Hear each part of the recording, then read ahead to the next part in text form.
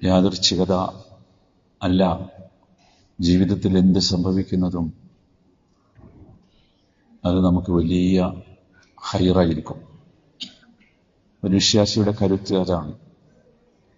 മഹാനായ നബി തങ്ങൾ പഠിപ്പിച്ചില്ലേ, മജ്തമഅ ഖൗമുൻ ഫീ ബൈത്തിൻ മിൻ ബുയൂത്തില്ലാഹ് യഖറഊനൽ ഖുർആൻ വയതദാറസൂനഹു ഇല്ലാ നസലത് അലൈഹിമുസ് സകീന വഗശിയത്ഹുമുർ റഹ്മ വഹഫത്തുഹുമുൽ മലായിക. അള്ളാഹുവിൻ്റെ ഖുർആനിനെ പഠിക്കാനും വായിക്കാനും മനസ്സിലാക്കാനും അള്ളാഹുവിൻ്റെ ഭവനത്തിൽ ഒരുമിച്ച് കൂടിയാൽ അള്ളാഹുവിൻ്റെ വാഗ്ദാനം തിരുമേനിയുടെ നാവിലൂടെ വന്നു. ഇല്ലാ നസലത് അലൈഹിമുസ് സകീന, അള്ളാഹു അവർക്ക് സക്കീനത്ത്, സമാധാനം ഇറക്കി കൊടുക്കാതിരിക്കുകയില്ല. മനുഷ്യൻ അലഞ്ഞു തിരിയുന്നത് അതിനു വേണ്ടിയാണ്. ഒരു മാർക്കറ്റിലും വാങ്ങാൻ കൊള്ളാത്ത, വാങ്ങാൻ കിട്ടാത്ത അമൂല്യമായ സമാധാനം. അള്ളാഹു ആ സമാധാനം നൽകുന്ന ഒരു സദസ്സാക്കി ഇതിനെ മാറ്റുമാറാകട്ടെ. വഗശിയത്ഹുമുർ റഹ്മ, സമാധാനത്തിന്റെ ശേഷം നമുക്ക് കിട്ടേണ്ടത് റബ്ബിന്റെ റഹ്മത്താണ്. റബ്ബിന്റെ റഹ്മത്ത് കൊണ്ട് നമ്മളെ ആവരണം ചെയ്തിരിക്കുന്നു, പൊതിഞ്ഞിരിക്കുന്നു. റബ്ബിന്റെ റഹ്മത്ത് ആവരണം ചെയ്തെങ്കിലേ റബ്ബിലേക്കുള്ള നമ്മുടെ മടക്കം സമാധാനപൂർണമായ മടക്കമാകൂ. മഹാനായ നബി തങ്ങൾ അത് ഓർമ്മിപ്പിച്ചു. സല്ലല്ലാഹു അലൈഹി വസല്ലം സഹാബത്തിനെ ഓർമ്മിപ്പിച്ചു. നബി തിരുമേനി പറഞ്ഞു, നിങ്ങളാരും നിങ്ങളുടെ അമല് കൊണ്ട് സ്വർഗത്തിലെത്തൂല. ആരും. സഹാബത്ത് തിരിച്ചു ചോദിച്ചു, വഅൻത യാ റസൂലല്ലാഹ്, അല്ലാഹുവിന്റെ റസൂലെ, അങ്ങ് പോലും എത്തൂലേ അമല് കൊണ്ട്? തിരുമേനി പറഞ്ഞു, ഇല്ല. ഇല്ലാ അൻ യതഗമ്മദനി അല്ലാഹു ബിറഹ്മതി, അല്ലാഹു അവന്റെ കാരുണ്യം കൊണ്ട് എന്നെ പൊതിഞ്ഞെങ്കിലല്ലാതെ. ആ റഹ്മത്താണ് അല്ലാഹു വാഗ്ദാനം ചെയ്തിട്ടുള്ളത്. വഹഫത്തുഹുമുൽ മലായിക, അല്ലാഹുവിന്റെ മലക്കുകൾ ഈ സദസ്സിനെ കവർ ചെയ്തിരിക്കുന്നു, പൊതിഞ്ഞിരിക്കുന്നു. മലക്കുകളുടെ വലിയ പ്രൊട്ടക്ഷൻ, സുരക്ഷിതത്വം നമുക്ക് അല്ലാഹുവിന്റെ വാഗ്ദാനമാണ്. നമ്മുടെ കണ്ണുകളെ കൊണ്ട് കാണാത്ത അല്ലാഹുവിന്റെ പ്രത്യേകമായ സൃഷ്ടികളാണ് മലക്കുകൾ. എന്താണോ അല്ലാഹു കൽപ്പിക്കുന്നത് അത് ചെയ്യാനേ അവർക്കറിയൂ. അവർ ഇബാദും മുക്രമൂനാണ്. ഇബാദും മുക്രമൂൻ, ബഹുമാന്യരായ അടിമകളാണവർ. ലാ യഅ്സുന അല്ലാഹ മാ അമറഹും വയഫ്അലൂന മാ യുമറൂൻ. അല്ലാഹു കൽപ്പിച്ചതിനെ ധിക്കരിക്കാനോ സാധ്യമല്ല അവർക്ക്. എന്താണോ അല്ലാഹു കൽപ്പിച്ചത് ചെയ്യാനേ ആവൂ. അല്ലാഹു ഇന്ന് കൽപ്പിച്ചിട്ടുള്ളത് അവരോട് ഈ സദസ്സിന് ചുറ്റുമിരിക്കാനാണ്. ഈ സദസ്സിൽ വരുന്നവരെ കുറിച്ച് രേഖപ്പെടുത്തുവാനാണ്. ഇവിടെ നടക്കുന്ന വർത്തമാനങ്ങൾ മാത്രമല്ല, നമ്മുടെ ചിന്തകൾ പോലും അറിയുന്ന റബ്ബ്, അലീമുൻ ബിദാത്തി സുദൂറായ റബ്ബ്, നമ്മുടെ മനസ്സിന്റെ മടക്കുകളിൽ നാം സൂക്ഷിച്ചു വെച്ച രഹസ്യങ്ങളെ പോലും അറിയുന്ന റബ്ബ്, ആ റബ്ബ് നമ്മളെ നോക്കുന്നു എന്ന ബോധത്തോടുകൂടിയായിരിക്കണം നമ്മളിവിടെ ഇരിക്കേണ്ടത്. ആ റബ്ബ് നോക്കുന്നത് നമ്മുടെ ഹൃദയത്തിലേക്കാണ് സഹോദരൻ. അതുകൊണ്ട് നമ്മുടെ നിയ്യത്തിനെ എല്ലാവരും ശരിയാക്കണം. എന്തിനെവിടെ ഇരിക്കുന്നു എന്ന ചോദ്യത്തിന് ഒരു ഉത്തരമേ ഉള്ളൂ. അത് റബ്ബിലേക്ക് മടങ്ങി ചെല്ലുമ്പോൾ ആ മടക്കം സന്തോഷത്തോടു കൂടിയുള്ള മടക്കമാകണം. റബ്ബ് നമ്മളെ സ്വീകരിക്കാനിരിക്കുന്നത് വളരെ സന്തോഷത്തോടു കൂടിയാണ്. സഹോദരങ്ങളെ, ഈ ദുനിയാവ് എത്ര നിസ്സാരമാണ് എന്ന് നമ്മൾ ആരെങ്കിലും ചിന്തിച്ചിട്ടുണ്ടോ? ഈ ദുനിയാവിലെ സന്തോഷങ്ങളിലാണ് നമ്മളൊക്കെ ഉള്ളത്. ആ സന്തോഷങ്ങൾ എത്ര നൈമിഷികമാണ് എന്ന് നമ്മൾ ആരെങ്കിലും ആലോചിച്ചിട്ടുണ്ടോ? ഞാൻ സാന്ദർഭികമായി ഒരു രംഗം ഓർക്കുകയാണ്. 2022 ഖത്തറിൽ ഫിഫ വേൾഡ് കപ്പ് നടന്നപ്പോ ഒരു മത്സരം കാണാൻ വേണ്ടി ഞാനും ഇരുന്നു. എന്നെ എന്റെ മകൻ നിർബന്ധിച്ചിരുത്തിയതാ. അവനിഷ്ടപ്പെടുന്ന ഒരു ടീം അന്ന് കളിക്കുന്നുണ്ട്. ടീമിന്റെ പേരൊക്കെ പറയണമെന്ന് എനിക്കറിയില്ല. ജയിക്കുമെന്ന് ഉറപ്പുള്ള ടീം. ആ ടീം ഞാൻ പറയുമ്പോൾ നിങ്ങൾക്ക് മനസ്സിലാവും പേര്, അതുകൊണ്ട് ഞാൻ പറയണ്ടെന്ന് വെച്ചു. ആ ടീം വളരെ പൊരുതി കളിച്ചു. എന്റെ മകൻ എന്നോട് പറഞ്ഞത് ഒരു പൊരുതലുമില്ലാതെ ഞങ്ങളുടെ ടീം ജയിക്കുമെന്നാണ്. പക്ഷേ വളരെ പൊരുതി കളിച്ചു, ഒരു ഗോൾ അടിച്ചു ആ ടീം. സന്തോഷം കൊണ്ട് ജനങ്ങളൊക്കെ ഇളകി മറിഞ്ഞു, കാരണം എല്ലാവരും അവരുടെ കൂടെയായില്ലേ. പക്ഷേ ഏറെ താമസിച്ചില്ല, ആ ഗോൾ അത്രയൊന്നും പ്രശസ്തമല്ലാത്ത ടീം തിരിച്ചടിച്ചു. അവസാനം സംഭവിച്ചത് എന്താണെന്ന് ചോദിച്ചാൽ, കളി കഴിഞ്ഞപ്പോ പെനാൽറ്റി ഷൂട്ടൌട്ടിലൂടെ 4-3 ദുർബലം എന്ന് ജനങ്ങളൊക്കെ പറഞ്ഞിരുന്ന ആ ടീം ജയിക്കുകയും ശക്തവാന്മാരെന്ന് വിചാരിച്ചിരുന്ന ടീം പരാജയപ്പെടുകയും ചെയ്തു. നിങ്ങൾക്ക് മനസ്സിലായിട്ടുണ്ടാവും ടീം ഏതാണ്. ഇനിയാണ് സംഭവം. ഞാനിങ്ങനെ നോക്കി നിൽക്കുമ്പോ പരാജയപ്പെട്ട ടീമിന്റെ ക്യാപ്റ്റൻ, അദ്ദേഹം ആദ്യത്തെ ഗോളടിച്ചപ്പോൾ ഭയങ്കര സന്തോഷത്തിലായിരുന്നു, തുള്ളിക്കളിക്കുകയായിരുന്നു. പെനാൽറ്റി ഷൂട്ടൌട്ടിലൂടെ കളിയിൽ നിന്ന് പുറത്തു പോയപ്പോ അദ്ദേഹം വിങ്ങിപ്പൊട്ടി കരയുന്നത് ഞാൻ കണ്ടു. എല്ലാവരും മൗനമായി. ചാടിക്കളിക്കാൻ ആളുകളില്ലാതെ വന്നു. ഞാനിത് പറഞ്ഞത് കളിയെക്കുറിച്ച് പറയാനല്ല, ഇതാണ് ജീവിതം എന്ന് പറയാനാണ്. ജീവിതം അങ്ങനെയാണ്. ഒരു ഫുട്ബോൾ കളി പോലെയാണ് ഈ ദുനിയാവിലെ ജീവിതം. അത്രേ കരുതേണ്ടത്. അതിലെ സന്തോഷം അല്ലെങ്കിൽ സങ്കടമായാലും ഏത് സമയത്തും മാറി മറിയും. അള്ളാഹു പറയട്ടെ, യഅലമു അന്നമൽ ഹയാത്തുദ് ദുനിയാ ലഅബുൻ വലഹു. തീർച്ചയായും ദുനിയാവിലെ ജീവിതം എന്ന് പറയുന്നത് നിങ്ങൾ മനസ്സിലാക്കണം, അത് കളിയാണ്, അത് തമാശയാണ്. വല്ലാത്ത വാക്കല്ലേ. വതഫാഖുറുൻ ബൈനക്കും, നിങ്ങൾക്കിടയിൽ പെരുമ നടിക്കലാണ്, അന്തസ് പറയലാണ്. വതകാസുറുൻ ഫിൽ അംവാലി വൽ ഔലാദ്, മക്കളും സമ്പത്തുമൊക്കെ ധാരാളമുണ്ട് എന്ന് പറഞ്ഞ് പെരുമ നടിക്കലാണ്. ഇതാണ് ദുനിയാവിലെ ജീവിതം. ഈ ദുനിയാവിലെ ജീവിതം നമ്മളിവിടെ ജീവിക്കാൻ വേണ്ടി വന്നവരല്ല.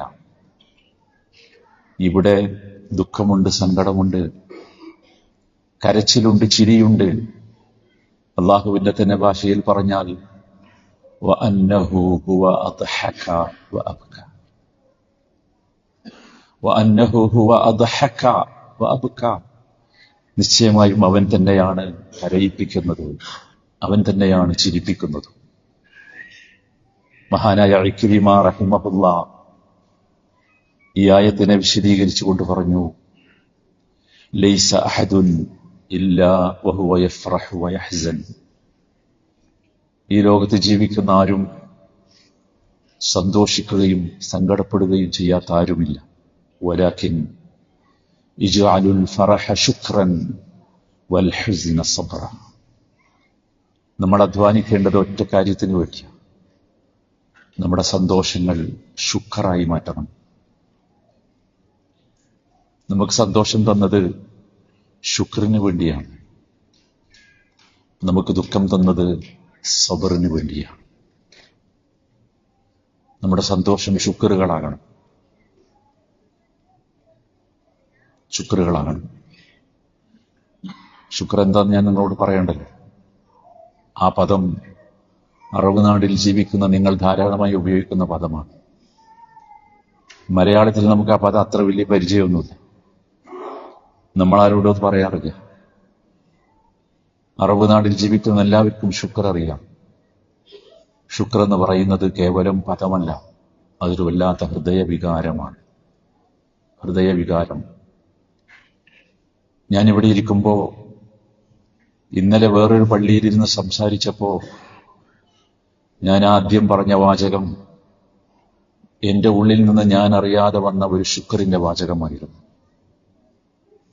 ഇങ്ങനെ ഒരു സദസ്സ് സംഘടിപ്പിച്ച, ഇതിനുവേണ്ടി സൗകര്യം ചെയ്ത ഈ രാജ്യത്തിന്റെ ഭരണാധികാരികളോട് എനിക്ക് വല്ലാത്ത ഗ്രാറ്റിറ്റ്യൂഡ് അനുഭവം. നമുക്കൊക്കെ തോന്നണം. നമ്മൾ ആലോചിച്ചു നോക്കൂ, നമ്മളൊരു അന്യരാജ്യ ജീവികളാണ്. നമ്മളിവിടെ വന്നത് നമ്മുടെ മഈശത്ത് തേടിയാണ്, അല്ലേ? എന്തൊക്കെ സൗകര്യങ്ങളാണ് അല്ലാഹു നമുക്കിവിടെ ഒരുക്കി തന്നത്. നിങ്ങൾ ആലോചിച്ചു. എന്റെ മുമ്പിലിരിക്കുന്ന നിങ്ങളിൽ പലരും ആ സൗകര്യങ്ങളൊക്കെ ഉപയോഗിച്ച് സമ്പന്നരായവരാണ്. ദാരിദ്ര്യത്തിന്റെ വല്ലാത്ത ഒരവസ്ഥയിൽ നിന്ന് രക്ഷപ്പെട്ടവരാണ്. നമ്മുടെ നാട്ടിലുള്ള പലരെയും സഹായിക്കുന്നവരാണ്. പറയണ്ടേ നമ്മൾ ശുക്ർ? പറയല്ല. ശുക്ർ നമ്മുടെ ഉള്ളിൽ നിന്ന് വരണം. ആ ശുക്ർ കൊണ്ട് മാത്രമേ നമ്മൾ രക്ഷപ്പെടുകയുള്ളൂ. നമ്മുടെ ഫറഹ്, നമ്മുടെ സന്തോഷം സഹോദരങ്ങളെ ആർത്തുല്ലസിക്കാനുള്ളതല്ല, ശുക്റിലേക്ക് എത്താനുള്ളതാണ്. ശുക്ർ ഉള്ളിലുണ്ടാകണം. ഖൽബ് കൊണ്ട് ശുക്ർ ഉണ്ടാകണം. ഖൽബ് കൊണ്ടുള്ള ശുക്ർ നാവിലൂടെ പുറത്തു വരണം. അൽഹംദുലില്ലാ എന്ന് എത്ര തവണ പറയാനാവും അത്ര തവണ പറയണം. റബ്ബുൽ ഇസ്സത്ത് ശുക്റിന് വേണ്ടി നമുക്ക് നൽകിയ ഏറ്റവും മനോഹരമായ വാചകം, തുല്യതയില്ലാത്ത വാചകം, എല്ലാം അതിലുണ്ട്. പ്രയാസങ്ങളാണെങ്കിൽ പോലും ഞാൻ പറഞ്ഞല്ലോ, ദുഃഖം തന്നത് എന്തിനാ?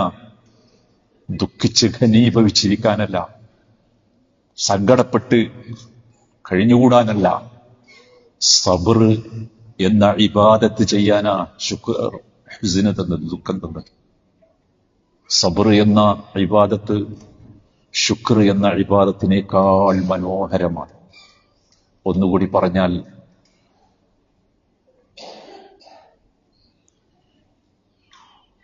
സന്തോഷത്തേക്കാൾ മനോഹരമാണ് ദുഃഖം. എഴുതി വെച്ചോ.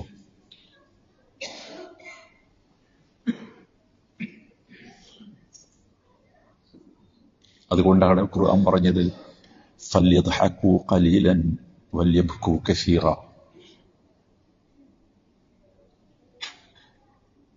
ഫല്യദ്ഹകൂ ഖലീലൻ, കുറച്ച് ചിരിച്ചാൽ മതി. വല്യബ്കൂ കസീറ, ധാരാളമായി കരഞ്ഞോളൂ.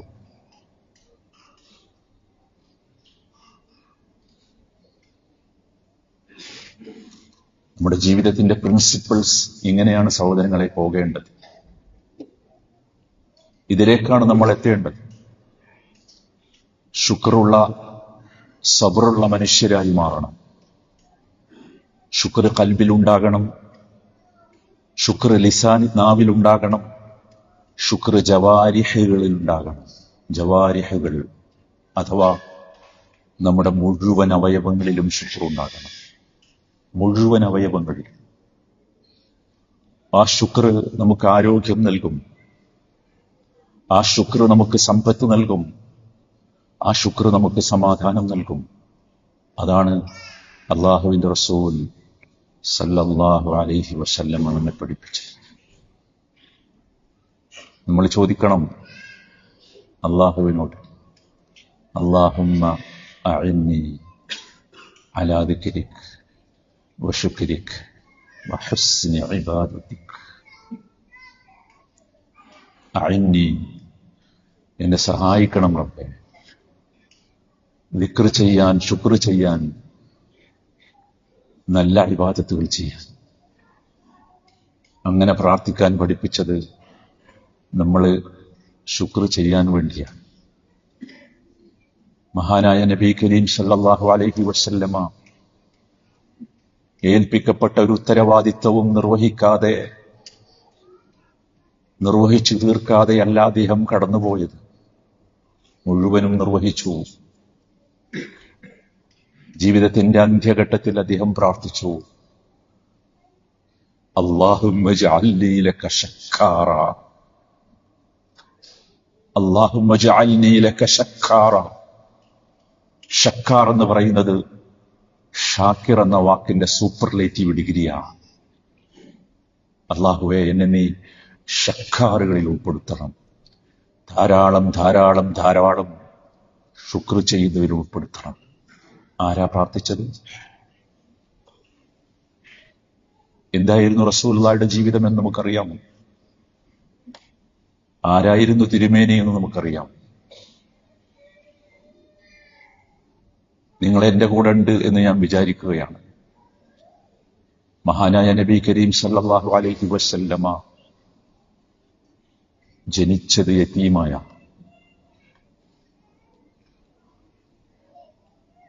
അലം യജിദ്ക യതീമൻ ഫആവ.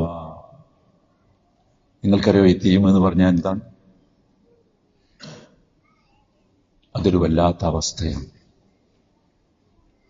വല്ലാത്ത അവസ്ഥ.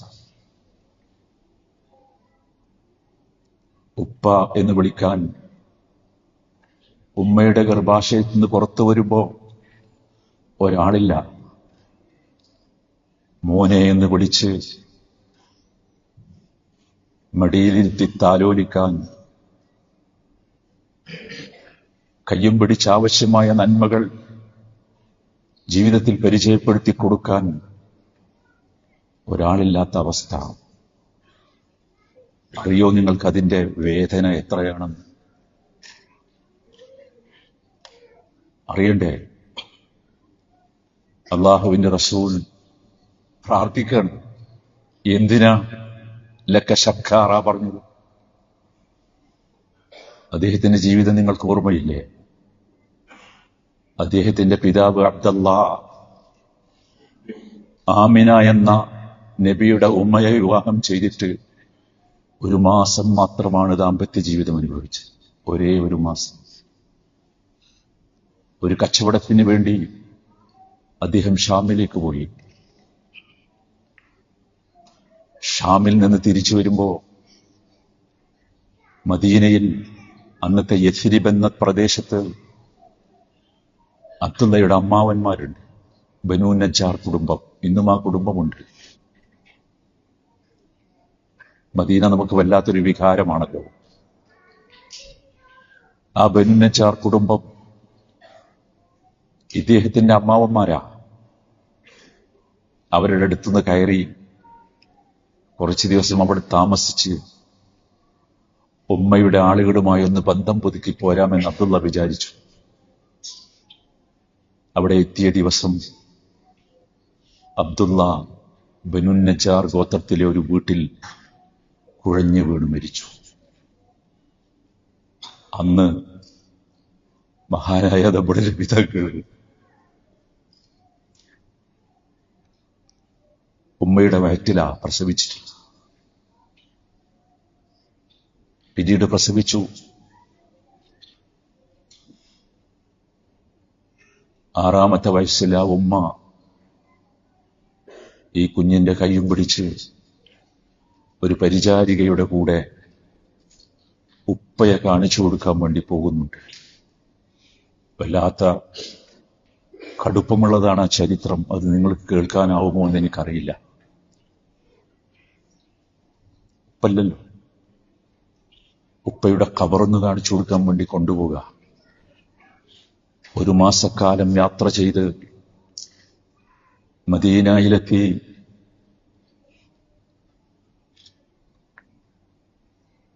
ഒരു മൺകൂന ചൂണ്ടിക്കാണിച്ചു കൊടുത്ത് ആമിന ബീവി പറയുന്നുണ്ട്, മോനെ ഇതാണ് ഉപ്പ എന്ന്. ആ പരിചാരിക നമുക്കത് വിവരിച്ചു തരുന്നു. കണ്ണിൽ നിന്ന് ധാരധാരയായി കണ്ണുനീരൊലിപ്പിച്ച് ആ മൺകൂനയുടെ മുമ്പിൽ 6 വയസ്സായ കൊച്ചുമോൻ നിന്നു. കുറച്ചു ദിവസം അവിടെ താമസിച്ച് തിരിച്ചു പോരുകയാണ്. തിരിച്ചു പോരുമ്പോ മദീനയിൽ നിന്ന് ഏകദേശം 150 കിലോമീറ്റർ ദൂരം, ഇന്നത്തെ കണക്കനുസരിച്ച് പോരുമ്പോ അബവ എന്നൊരു പ്രദേശമുണ്ട്. മരുഭൂമിയിലൂടെയാണ് യാത്ര. 3 ആളുകളാണ് യാത്ര. ആമിനയും കുഞ്ഞുമോൻ മുഹമ്മദും പരിചാരികയും. നടന്നുകൊണ്ടിരിക്കുമ്പോ ആമിന കുട്ടിയുടെ കയ്യും പിടിച്ചാ നടക്കുന്നത്.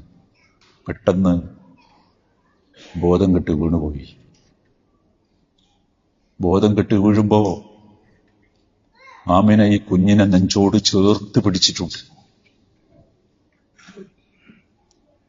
പരിചാരിക വെള്ളം കുടിഞ്ഞു നോക്കുമ്പോഴേക്ക് ആമിന വഫാത്തായിട്ടുണ്ട്.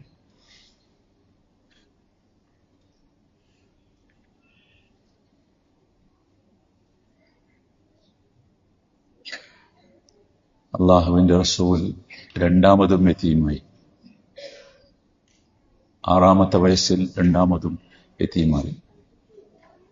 ഇമാം ഇബ്നുൽ ഖയ്യിം റഹിമഹുല്ലാഹ് പറയുന്നുണ്ട്, അഷദ്ദു, ആലോചിച്ച് നോക്കൂ, ആ മരുഭൂമിയുടെ നടുവിൽ എന്ത് ചെയ്യണമെന്നറിയാതെ ആ പരിചാരിക അന്തം വിട്ടു നിൽക്കുന്നുണ്ട്.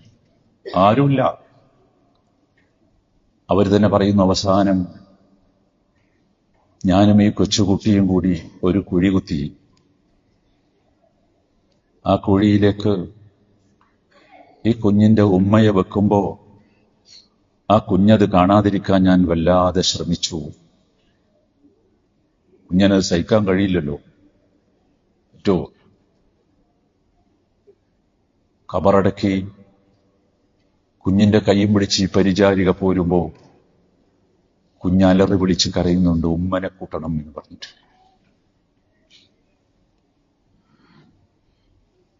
എനിക്കറിയില്ല ഞാൻ എന്തിനാണ് ഇത് പറഞ്ഞത്.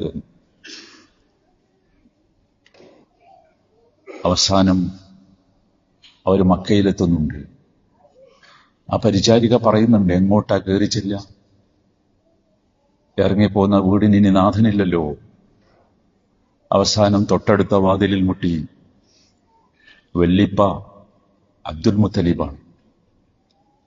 അദ്ദേഹം വാതിൽ തുറന്ന് ആദ്യത്തെ ചോദ്യം കുഞ്ഞിനോട് ഐന ഉമ്മുക്ക് എന്നാണ്. ആ കുഞ്ഞ് വല്ലിപ്പയെ കെട്ടിപ്പിടിച്ച് പൊട്ടിക്കരഞ്ഞു. പരിചാരിക പറഞ്ഞു, അവർ മരിച്ചുപോയി. അന്ന് ഏറ്റെടുത്തതാണ് ആ വല്ലിപ്പ.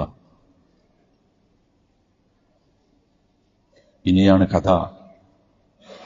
ആ വല്ലിപ്പക്ക് വളരെ കുറച്ച് മാസമേ ആ കുഞ്ഞിനെ നോക്കാൻ കഴിഞ്ഞുള്ളൂ.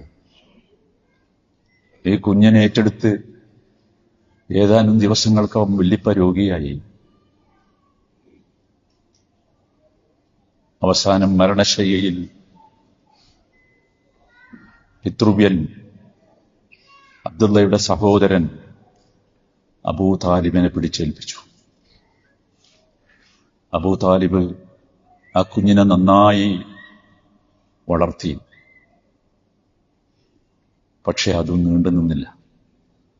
ചരിത്രം നിങ്ങൾക്കറിയാം. ഇസ്ലാമിക ചരിത്രത്തിൽ ആമുൽ ഹുസൻ, ദുഃഖവർഷം എന്ന ഒരു വർഷമുണ്ട്. അന്നാണ് നബിയുടെ താങ്ങും തണലുമായിരുന്ന, ഇടതും വലതും താങ്ങായി നിന്ന അബൂ താലിബും ഖദീജയും വഫാത്താകുന്നത്. നബി വീണ്ടും വലിയ അനാഥനായി. ഞാൻ ചോദിക്കട്ടെ സഹോദരങ്ങളെ,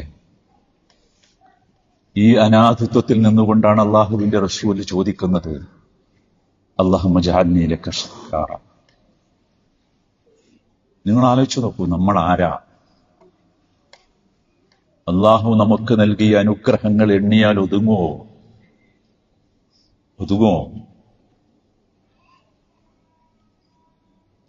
നമുക്ക് ഷക്കാറുകളാകണ്ടേ? തിരിച്ചു പോകണ്ടേ? അള്ളാഹു ഷക്കാറുകളാകണ്ടേ? ലക്കാറുകളാകണ്ടേ? സന്തോഷം അതിനു വേണ്ടിയാകണം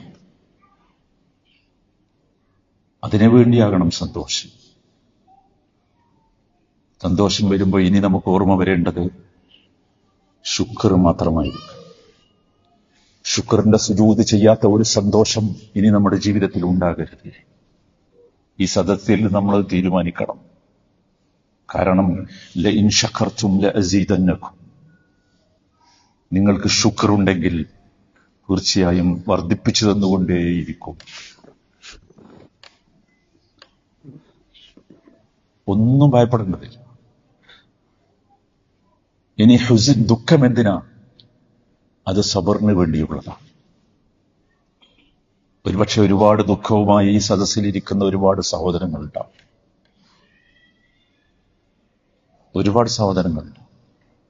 നമ്മൾ ദുഃഖിക്കാൻ ജനിച്ചവരല്ല.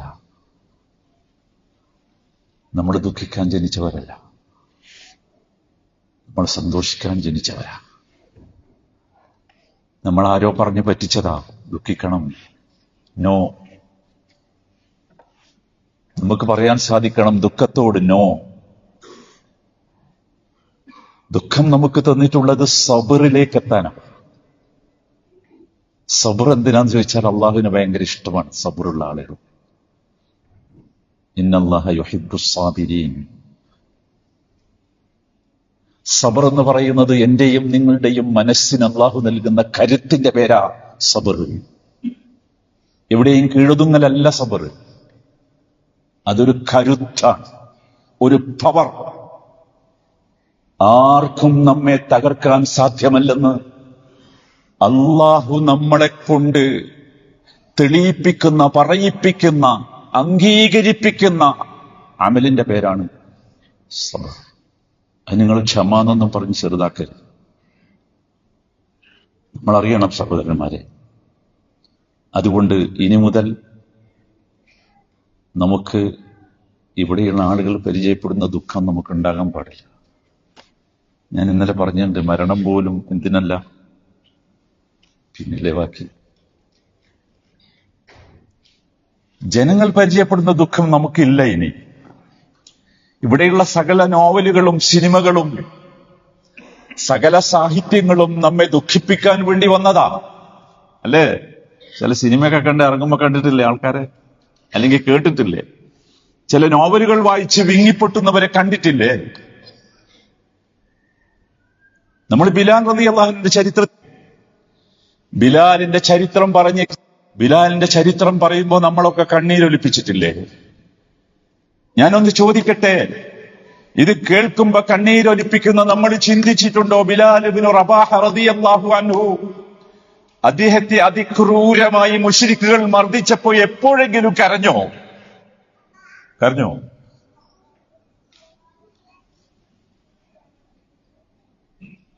ഒരു ബിലാല് മാത്രമല്ല, അമ്മാറിന്റെ കഥ നമുക്കറിയാം, സുമയ്യ ബീവിയുടെ കഥ അറിയാം.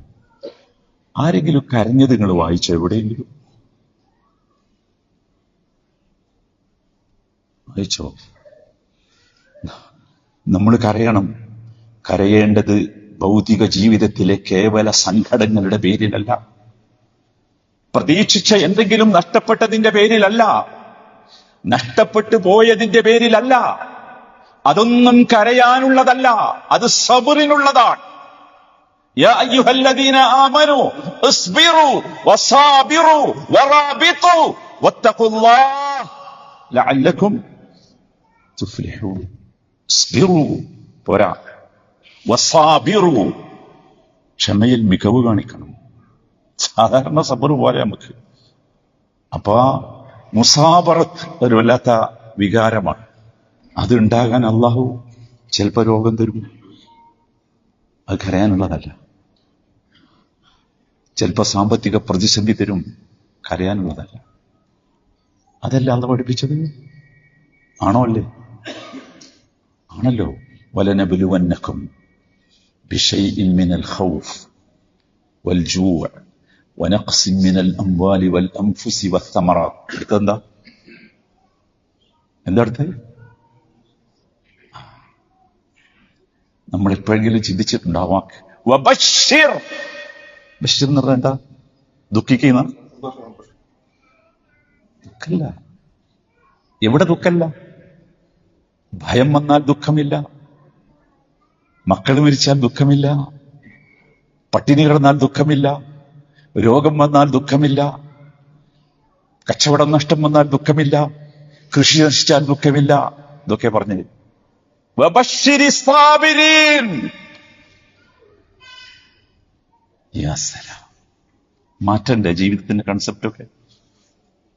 ആരാ നമ്മളെ തെറ്റിദ്ധരിപ്പിച്ച്? നമ്മൾ ആരാ? വബശ്ശിരി സാബിരീൻ. ആ സബർ നമ്മളുടെ ഉള്ളിൽ ഒരു കരുത്തായി വന്നാൽ നമ്മൾ ആരാകുമെന്നോ? നമ്മൾ പറയും അല്ലദീന ഇദാ അസാബത്തുഹും മുസീബ ഖാലൂ. നമ്മളിപ്പോ മുസീബത്ത് വന്നാൽ എന്താ പറയും? ഒന്ന് ആലോചിച്ചു. എന്താ പറയും? അയ്യോ, ഇനിയിപ്പോ ഞാൻ എന്താ ചെയ്യുക?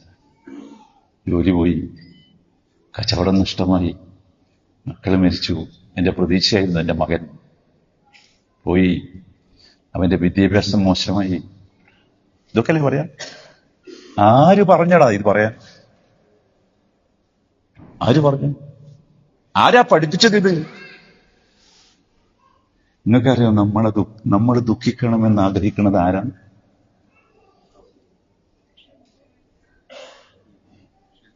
ശൈത്താൻ. ശൈത്താൻ മാത്രമാണ് ആഗ്രഹിക്കുന്നത്.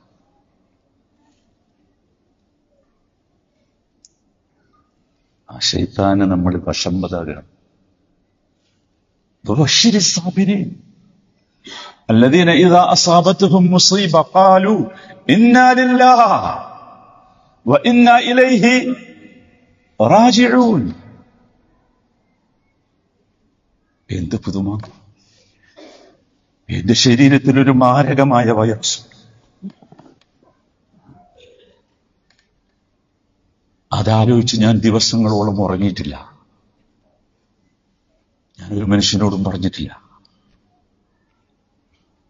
എന്റെ റബ്ബിനോട് ഞാൻ പറഞ്ഞിട്ടുണ്ട്. ഞാൻ ആലോചിച്ചു, എന്തിനാണിത്? എനിക്കൊരു വല്ലാത്ത ആഗ്രഹം ഉണ്ടായിരുന്നു ജീവിതം അവസാനിക്കുന്നതിന് മുമ്പ്. ഖുർആനിന്റെ അകംപൊരുൾ എന്ന് പറഞ്ഞ് ഖുർആന്റെ ഉള്ളിലേക്ക് ചെന്ന് എന്താണ് ഖുർആനിലെ അധ്യായങ്ങളിൽ ഉള്ളത് എന്ന് പറയണം എന്ന് ഞാൻ റബ്ബിനോടൊരു കാര്യം ചോദിച്ചോളൂ. അതിനുള്ള ആരോഗ്യവും ആയുസ്സും ഇൽമും തദബ്ബറും എനിക്ക് തരണം. ഖുർആൻ ശിഫയാണ് കൂട്ടരെ. ഖുർആനെ പോലെ ശിഫ വേറൊന്നിലുമില്ല. നമ്മളാരാ നമുക്ക് മനസ്സിലാകാതാണ് നമ്മുടെ പ്രശ്നം. ഇത് നമുക്ക് പറയാൻ കഴിഞ്ഞാൽ ഇന്നാ ലില്ലാഹി വ ഇന്നാ ഇലൈഹി റാജിഊൻ. പോണ്ടത് അങ്ങട്ടല്ലേ? എന്തിനാ പേടിക്കണേ? എങ്ങടാ പോണേ? ഞാൻ അങ്ങോട്ട് ചോദിക്കട്ടെ, സുരക്ഷിതത്വമുള്ള ഒരു വരുമാനം നമ്മുടെ നാട്ടിലുണ്ടെങ്കിൽ നാട്ടിലേക്ക് തിരിച്ചു പോകാൻ ഭയമുള്ള ആരെങ്കിലും ഉണ്ടോ? അവിടെ ഉണ്ടെങ്കിൽ ഒന്ന് കൈപോകട്ടെ. ഉണ്ടോ? ഇപ്പൊ നമ്മളെന്താ പോകാത്ത? അവിടെ പോയി ഒരു മാസം കഴിഞ്ഞാൽ പട്ടിണി കിടക്കേണ്ടിരുന്നു വിചാരിച്ചല്ലേ? അല്ലെങ്കിൽ മക്കളെ കെട്ടിക്കാനുള്ളതുണ്ടല്ലേ? കടന്നുറങ്ങാൻ വീടില്ലാത്തത് കൊണ്ടല്ലേ? ഇതൊക്കെ ഉള്ള ഒരുത്തൻ, ഇതൊക്കെ സെക്യൂറായ ഒരുത്തൻ നാട്ടിലേക്ക് പോകാൻ ഭയമുണ്ടോ? ഉണ്ടോ? ആ നാടാണ് കൂട്ടരെ അത്. തറവാട്ടിലേക്കുള്ള തിരിച്ചുപോക്കാണ് മടക്കം എന്ന് പറഞ്ഞ. ഇന്നാ ലില്ലാഹി വ ഇന്നാ ഇലൈഹി റാജിഊൻ. നമ്മുടെ ഹൃദയത്തിലേക്ക് നോക്ക്. നമ്മള് ഇത് വരണം ഹൃദയത്തിൽ. ഇത് വാക്കല്ല, ഇത് നമ്മുടെ ഉള്ളിലുണ്ടാകണം. ഉള്ളിലുണ്ടായാൽ ഒരു അത്ഭുതം സംഭവിക്കും. ആ സംഭവമാണ് അടുത്ത വാചകം. ഉലൈക അലൈഹിം സ്വലവാതും മിർ റബ്ബിഹിം വറഹ്മ. യാ സലാം. സ്വലവാതുൻ, സ്വലാത്തല്ല, സ്വലവാതുൻ പ്ലൂറലാണ്, ബഹുവചന. എന്തൊക്കെ രക്ഷ നിങ്ങൾക്ക് വേണോ അതൊക്കെ റബ്ബിൽ നിന്ന് കിട്ടും. പക്ഷെ ഇവിടക്കെത്തണം. നിങ്ങൾ ഇനി ദുഃഖത്തിന്റെ പേരിൽ, പ്രയാസത്തിന്റെ പേരിൽ ഇനി സങ്കടപ്പെടരുത് ആരും. ഇല്ല, നമുക്കതില്ല. ഖുർആൻ മറിച്ചു നോക്കുക. എത്ര സ്ഥലത്താണോ? 21ഓളം സ്ഥലങ്ങളിൽ പറഞ്ഞിട്ടുണ്ട് ലാ ഖൗഫുൻ അലൈഹിം വലാ ഹും യഹ്സനൂൻ. ആ ടീമാ നമ്മള്. പക്ഷെ അത് നമ്മൾ വായിക്കൂല. അത് നമ്മൾ വായിക്കാൻ നമുക്ക് അവസരമില്ല. നമ്മൾ കേൾക്കൂല. എന്താ ലാ ഖൗഫുൻ അലൈഹിം വലാ ഹും യഹ്സനൂൻ എന്ന് പറഞ്ഞു? ദുഃഖിക്കണം എന്നാ? അല്ല, ദുഃഖിക്കരുത്, സങ്കടപ്പെടരുത്, പേടിക്കരുത്. ഒരു കാര്യം നിങ്ങൾ മനസ്സിലായിക്കൊള്ളി. ഈ അവസ്ഥയിലേക്ക് എത്തിയാൽ അള്ളാഹു സുബ്ഹാനഹു വ തആല നമ്മളെ പഠിപ്പിക്കുന്നുണ്ട്. അള്ളാഹു പറയുന്നത് എന്താ അറിയോ? ഈ അവസ്ഥയിൽ നമ്മൾ എത്തിയാൽ യുസബ്ബിതുല്ലാഹു അല്ലദീന ആമനൂ ബിൽ ഖൗലി സാബിതി ഫിൽ ഹയാത്തി ദുനിയാ. ഫിൽ ദുനിയാവിലെ ജീവിതത്തിൽ അള്ളാഹു നിങ്ങൾക്ക് സ്ഥൈര്യം നൽകും, ധൈര്യം നൽകും. ഒരു സംശയം വേണ്ട. ദുനിയാവിൽ മാത്രമല്ല, വഫിൽ ആഖിറ, അവിടെയും. ഇനി എന്താ നമ്മളെ പ്രശ്നം? നമ്മളൊന്ന് പറയും. ഇനി എന്താ നമ്മളെ പ്രശ്നം? അല്ലാഹുമ്മ ജഅൽനാ മിൻഹും. എല്ലാവരും ആഗ്രഹിക്കുക സഹോദരന്മാർ, എല്ലാവരും ആഗ്രഹിക്കുക. ഒരു കാര്യങ്ങൾ മനസ്സിലായിക്കോളി. അള്ളാഹു തആല എല്ലാറ്റിനും ഒരു നിശ്ചയമുണ്ട്. അള്ളാഹ്ക്ക് വേണം നിശ്ചയം എന്ന് പറഞ്ഞ ഒരു പ്രകൃതി നിയമമുണ്ട്. ആ പ്രകൃതി നിയമം എന്താ അറിയോ? ഈ ഒരു ഹൃദയ സാന്നിധ്യത്തോടു കൂടി നമ്മൾ തഖ്വയുള്ളവരായി ജീവിച്ചാൽ, തഖ്വ എന്ന് പറഞ്ഞാൽ ഈ ഒരു അവസ്ഥയാണ്. അല്ലാതെ ഇതെന്തല്ല, എന്റെ ഡ്രസ്സോ നമ്മുടെ താടിയോ തൊപ്പിയോ ഒന്നും അല്ലേ. അത് ഈ ഒരു ഹൃദയത്തിന്റെ അവസ്ഥയാണ്. അതുകൊണ്ടാണ് അല്ലാഹുവിന്റെ റസൂൽ തഖ്വ എവിടെയെന്നാ പറഞ്ഞത്? അശാറ ഇലാ സദ്രിഹി. എത്ര? 3 മറാത്ത്. അത്തഖ്വ ഹഹുന. പരതനുണ്ടോ നോക്കണം, പരിശോധിക്കണം. പരിശോധിക്കാൻ ഒരുപാട് ടെസ്റ്റുകൾ അള്ളാഹു നൽകും. ഉണ്ടോ? ഒരുപാട് ചാൻസ്. നോക്കൂ, വമൻ യത്തഖില്ലാഹ യജ്അൽ ലഹു മഖ്റജ. എവിടെ പറഞ്ഞതെന്ന് നിങ്ങൾക്ക് അറിയോ? ഏത് സൂറത്തിലാണ് പറഞ്ഞത്? എന്താന്ന് മനസ്സിലായല്ലോ അല്ലേ? തഖ്വ ഉണ്ടെങ്കിൽ അള്ളാഹു ഒരു സൊല്യൂഷൻ ഇങ്ങനെ തരും നമുക്ക്. എവിടെ പറഞ്ഞെന്ന് അറിയാം? സൂറത്ത് ത്വലാഖിലാണ്. ഒരു പെണ്ണിനെ സംബന്ധിച്ചിടത്തോളം ത്വലാഖ് ആഗ്രഹിച്ച ഒരു പെണ്ണിനെ ഞാൻ കണ്ടു. ആഗ്രഹിച്ച് കഷ്ടപ്പെട്ട് ത്വലാഖ് വാങ്ങി 3-ാമത്തെ ദിവസം പറഞ്ഞു വേണ്ടിയിരുന്നില്ല. അതാണ് ത്വലാഖ്. ഏറ്റവും കടുപ്പുള്ളൊരു സാധനമാണ് ത്വലാഖ് എന്ന് പറഞ്ഞാൽ. ആരെങ്കിലും അത് ചെയ്യേണ്ടി വരികയോ ചെയ്യുന്നവരെ കാണുകയൊക്കെ ചെയ്തിട്ടുണ്ടെങ്കിൽ അറിയാം. അതുകൊണ്ടാണ് അബ്ഗദുൽ ഹലാലി അത്വലാഖ്. അതാണ് ഹലാലാണ്, പക്ഷെ അബ്ഗദാണ്, ഏറ്റവും കോപ്പുള്ളതാണ്. അള്ളാഹ്ക്ക് ഇഷ്ടമല്ല. എന്തുകൊണ്ടറിയോ? എന്തുകൊണ്ടാ? നമ്മുടെ ഹൃദയം കേടുവരും, മനസ്സ് കേടുവരും. നമ്മളങ്ങനെ കേടുവന്നൊന്നും ജീവിക്കേണ്ട ജീവിയല്ലാന്നേ. ഒരു സ്ഥലത്തല്ല, ഒരുപാട് തവണ. വമൻ യതവക്കൽ അലല്ലാഹി ഫഹുവ ഹസ്ബു. മതി, വേറെ ആരും വേണ്ട. അള്ളാഹുവിൽ തവക്കുൽ ചെയ്താൽ പിന്നെ അള്ള മതി, വേറൊന്നും വേണ്ട. നമുക്കിത് മനസ്സിലാണില്ല. കാരണം എന്താ വെച്ചാൽ നമ്മള് 900 അള്ളമാരെ കുറിച്ച് ഇപ്പൊ നമ്മളെ വർത്താനം അല്ലെ. നിങ്ങൾ ആലോചിക്കും, എന്തൊരു മുസീബത്താണ് വന്നത് ഈ സമുദായത്തിന്. എനിക്ക് മനസ്സിലാണത് എങ്ങനെ ഇവിടെ എത്തിയത്. അതെ, ദീനിന്റെ പേരിൽ സംസാരിക്കുന്ന മനുഷ്യന്മാർ പറയുന്നത് എന്തിനെ കുറിച്ചാണ്? അള്ളാന്റെ സ്ഥാനത്ത് ഒരാളെ എന്തൊരു വൃത്തികേടാണ്. വല്ലാഹി ഞാൻ ഞെട്ടിപ്പോയി. എനിക്ക് തോന്നി ബോധം കെട്ട് വീണു പോകുമോന്ന്. അപ്പൊ അടുത്ത ദിവസം ഒരു ക്ലിപ്പ് കണ്ടു. അതിലുള്ളത് ആദ്യമൊക്കെ നമ്മളെ ശൈഖുന അള്ളാഹു സുഖാക്കും എന്നാ പറഞ്ഞിരുന്നത്. അവസാന കാലത്ത് അദ്ദേഹം പറഞ്ഞത് അത് ഞാൻ സുഖാക്കുന്നാണ്. എവിടെ എത്തി നമ്മൾ ആലോചിച്ചു. നമ്മൾ ഇതിൽ മാറുന്ന സ്ഥലം വരെ നമുക്ക് കിട്ടേണ്ടത് നമ്മളെപ്പോഴും മനസ്സിലാക്കാം. ഏത് നോക്കൂ, സൂറത്ത് തലാഖിലാ പറഞ്ഞത്. അള്ളാഹു ഏത് ഉസ്റിന് ശേഷം, ഉസ്ർ പറഞ്ഞ ഞെരുക്കമാണ്, ഒരു യുസ്ർ ഉണ്ടാക്കും. പിടിച്ചു പോകാൻ പാടില്ല. നമുക്ക് മടങ്ങണം, അള്ളാഹുവിലേക്ക് പോകണം, തിരിച്ചു പോകണം. അള്ളാഹുവിലേക്ക് തിരിച്ചു പോകാൻ നമ്മൾ തയ്യാറാകണം. അതിനാണ് യഥാർത്ഥത്തിൽ നമ്മൾ ശ്രമിക്കേണ്ടത് സഹോദരന്മാർ. നോക്കൂ, അള്ളാഹുവിന്റെ അടുത്തേക്ക് സന്തോഷത്തോടുകൂടി തിരിച്ചുപോയി അള്ളാഹുവിന്റെ മുമ്പിൽ സന്തോഷത്തോടുകൂടി നിൽക്കണം എന്നാഗ്രഹിക്കുന്നവരുണ്ടെങ്കിൽ അതിനു വേണ്ടിയാണ് അള്ളാഹു നമുക്ക് സ്വലാത്ത് ഉണ്ടാക്കി തന്നത്. സ്വലാത്ത്, നമ്മൾ ഈ സ്വലാത്ത് എന്നുള്ള പദം പരിഭാഷപ്പെടുത്തി കേടുവരുത്തി നമസ്കാരം എന്നാക്കി. നമസ്കാരം എന്ന് പറഞ്ഞാൽ എന്താ? നമ്മൾ മലയാളത്തിൽ എന്താ നമസ്കാരം എന്ന് പറഞ്ഞു? നമസ്കാരം എന്ന് പറഞ്ഞാൽ ഇത്രയുള്ളൂ.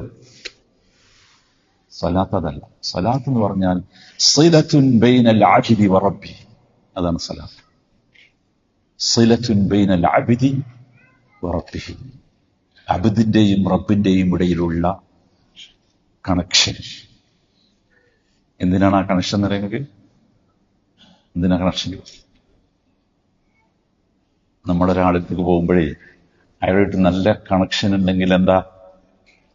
യാ സലാം, ഭയങ്കരമാണ്.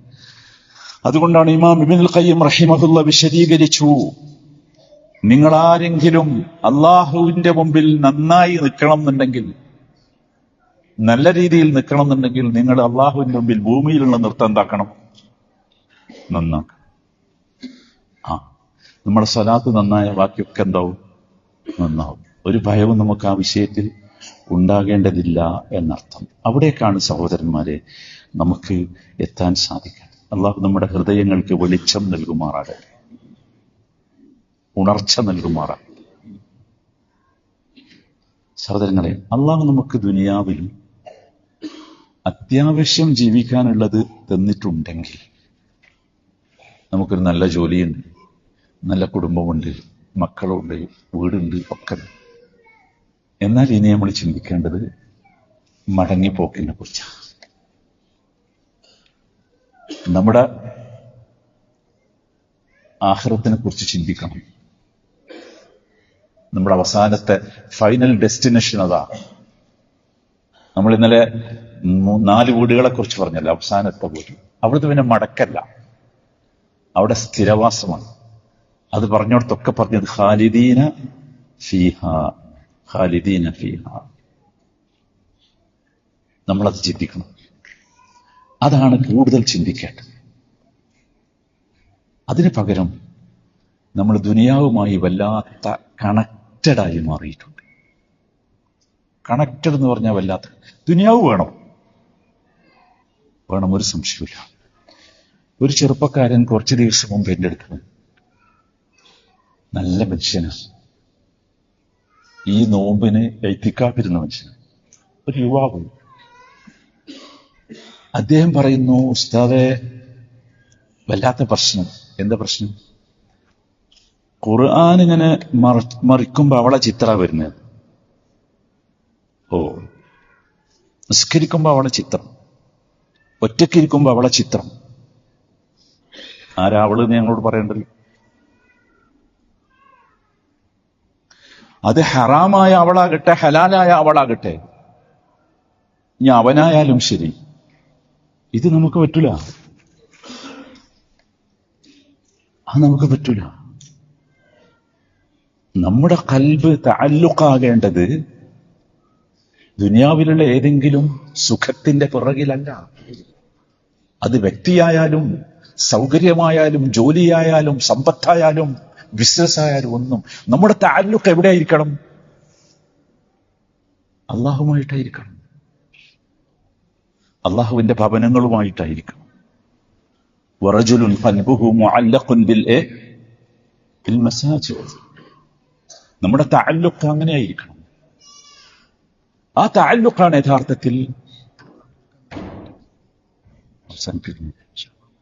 നിർത്തണ്ടേ. നമുക്ക് നാളെയും കൂടി ഉണ്ട്, ബാക്കി നാളെ പറയാൻ അതറിയില്ല.